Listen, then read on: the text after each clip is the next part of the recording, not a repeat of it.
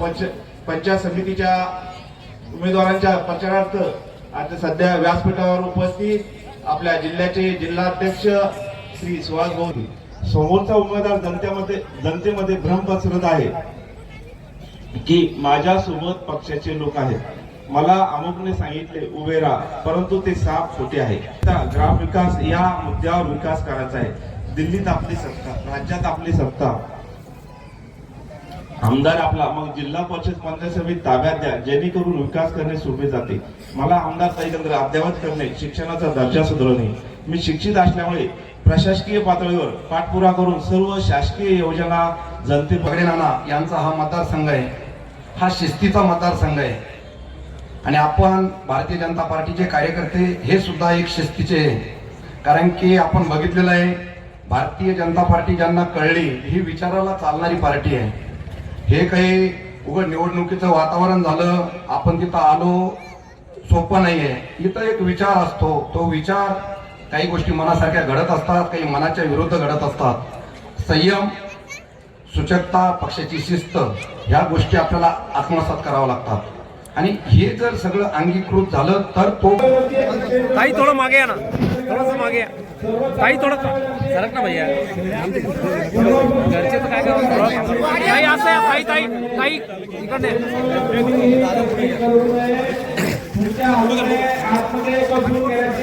अरे भैया सरक ना बाजू. जोरदार शानदार ज्यांचा प्रवेश झाला त्यांना विनंती आपण स्टेज खाली करावं. ताईंना अजून पुढच्या सभा स्मारक ज्या उभारणार आहेत त्याची हलकीशी ध्वनिफीत या ठिकाणी प्रेरित आपल्या ठिकाणी प्रेषित होईल. चौका येथे राष्ट्रीय महामार्गालगत साहेबांचे एक भव्य स्मारक साकारले जाते. हे स्मारक साहेबांच्या विचारांचे चिरंतन स्मरण करून विशेष म्हणजे हे काम येत्या 1 वर्षाच्या आत पूर्ण करण्याची ग्वाही आमदार सौ अनुराधाताई चव्हाण यांनी राज्याच्या मंत्री तसेच स्वर्गीय मुंडे साहेबांच्या सुकन्या माननीय नामदार पंकजाताई मुंडे यांना दिली आहे. लोकनेते मुंडे साहेबांचा वारसा आता नव्या पिढीला देणार. आणि आपल्या बिझी शेड्यूल मध्ये या ठिकाणी या कॅबिनेट मंत्री आदरणीय पंकजाताई रूपरेषा सांगताना तर आमची ही लढाई ही धनशक्ती विरुद्ध जनशक्ती अशा पद्धतीची आमचा उमेदवार आहे.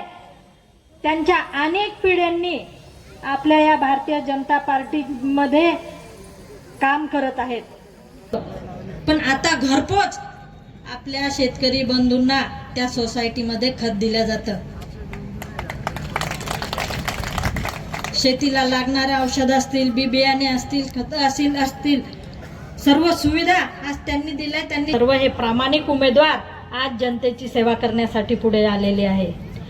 पण आता काही आपल्या मधलेच काही लोक स्वार्थीपणाने आज इथे फुटून गेले, गद्दारी त्यांनी केली.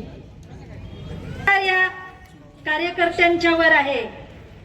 आज याद्या चोरणं सोपं आहे, पण असतील नाना असतील ताई आपल्यासारख्या रणरागिणी आमच्या पाठीशी आहेत.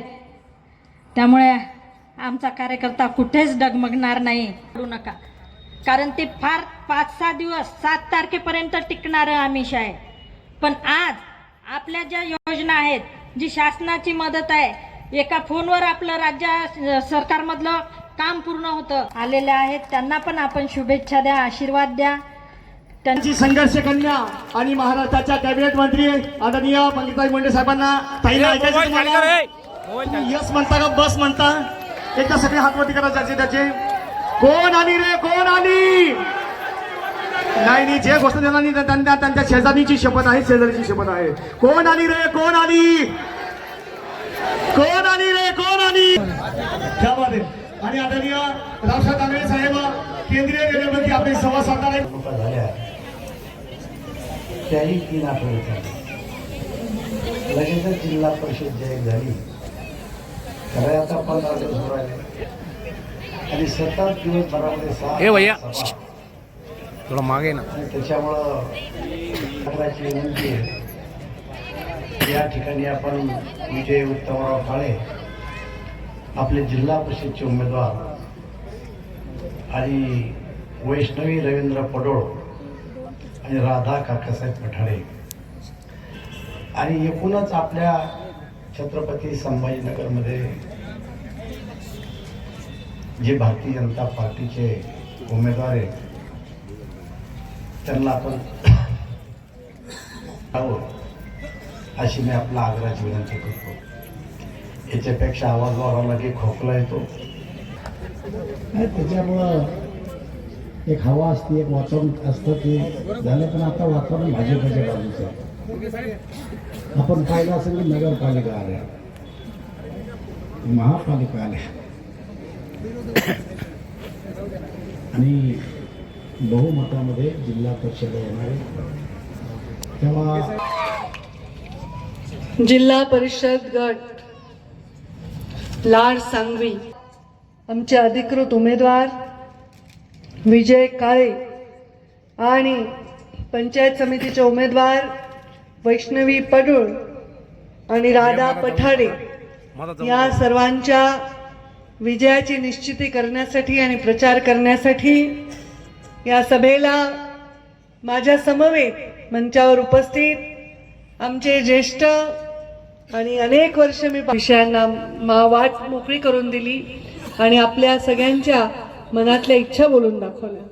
मंचावर उपस्थित सुहास शिरसाट जिल्ह्याचे अध्यक्ष, मान्यवर, समोर उपस्थित टोपी वगैरे घातलेले सर्व माझे ज्येष्ठ मंडळी, शेतकरी बांधव आणि या कार्यक्रमाची शोभा वाढवत असणाऱ्या देवाभाऊच्या लाडक्या बहिणी, सगळ्या माता भगिनींना आणि फक्त सेल्फी काढायची आहे अशा मूडमध्ये आलेले सगळे माझे युवा बांधव, त्या लोकांनी मला पूर्ण कडक केलेला आहे.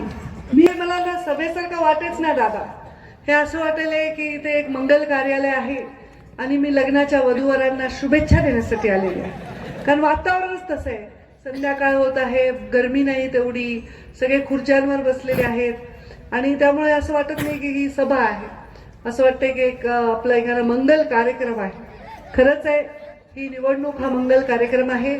प्रधानमंत्री नरेंद्र मोदी यांचे हात बळकट करण्यासाठी, देवेंद्र फडणवीस यांच्या नेतृत्वाला ताकद देण्यासाठी, जसे महानगरपालिकेमध्ये आपण सगळीकडे कमळ फुलवलं तसंच आता जिल्हा परिषदेमध्ये सगळीकडे कमळ आपल्याला फुलवायचं आहे. मला असं वाटतं, मला शंका नाही की तुम्ही मतदान कुणाला करणार. कुणाला करणार तुम्ही मतदान? कमळाला. तुम्ही त्या करणार ना? आता मी आले, तुम्ही कमळाला मतदानच करणार आहे, पण कमळाला तुम्ही मतदान का करणार आहे याच्यासाठी मी इथं सभा घेते. आज सकाळी माझ्या सभेची सुरुवात झाली पिशोर पासून. 6 सभा आहेत आज संभाजीनगर जिल्ह्याच्या. उद्या लातूर आहे, सोलापूर आहे, पंढरपूर आहे, सगळे राज्यभर प्रचार आहे. जिल्हा परिषदला, नगरपालिकेला सगळीकडे मी प्रचार करत फिरते आणि हे प्रचार करत असताना सकाळी आज पिशोरमध्ये दरवेळी गेले 12 वर्ष मुंडे साहेबांची आठवण काढल्यावर लोकांचा गंभीर होते मुद्रा, त्यांचा चेहरा कसावीस होतो, डोळ्याला बायका पदर लावतात. मुंडे साहेबांना जाऊन आज 12 वर्ष होतील तरीही अनुराधाताईंनी सांगितलं की आम्ही मुंडे साहेबांचं इथे स्मारक बनवणार आहोत, मुंडे साहेबांचा पुतळा उभा करणार आहोत. हे केवढं मोठं भाग्य आहे, केवढी मोठी पुण्याई आहे. आपल्या घरामध्ये जर कोणी गेलं तर त्याला आपण एक खऱ्या वर्षानंतर त्याची आठवण करणं कमी